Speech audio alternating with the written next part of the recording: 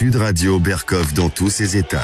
C'est avec une chanson qui avait été remise au goût du jour par le film Le Dîner de cons, sorti de mémoire en 98.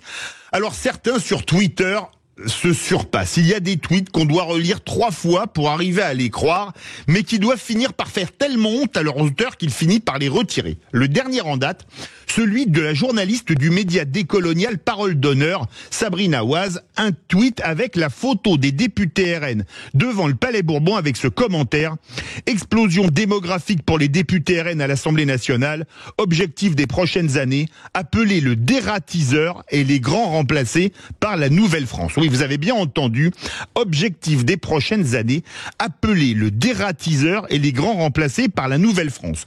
Un tweet tout en nuances, vous pouvez en convenir, mais le terme dératisé pour parler d'êtres humains, n'est-ce pas honteux? Comparer des êtres humains à des rats, est-ce que c'est pas exactement la terminologie qu'utilisaient les nazis pour qualifier des juifs qui étaient à l'époque dans la propagande nazie comparés à des rats ou à des cafards? Et certains osent utiliser ce type de propos. Grand remplacer des gens, je cite, c'est pas moi, grand remplacer des gens, est-ce que c'est la validation par une militante indigéniste de la thèse de Renaud Camus sur le grand remplacement, ou est-ce un appel plus prosaïquement à la purification ethnique qui a été pratiquée récemment et dans la plus grande horreur en ex-Yougoslavie pour remplacer non pas les gens du RN, mais les Français de souche, alors c'est un terme que j'exècre, pour moi il y a des Français point barre, par la Nouvelle France. La Nouvelle France évoquée par Mélenchon au soir des Européennes.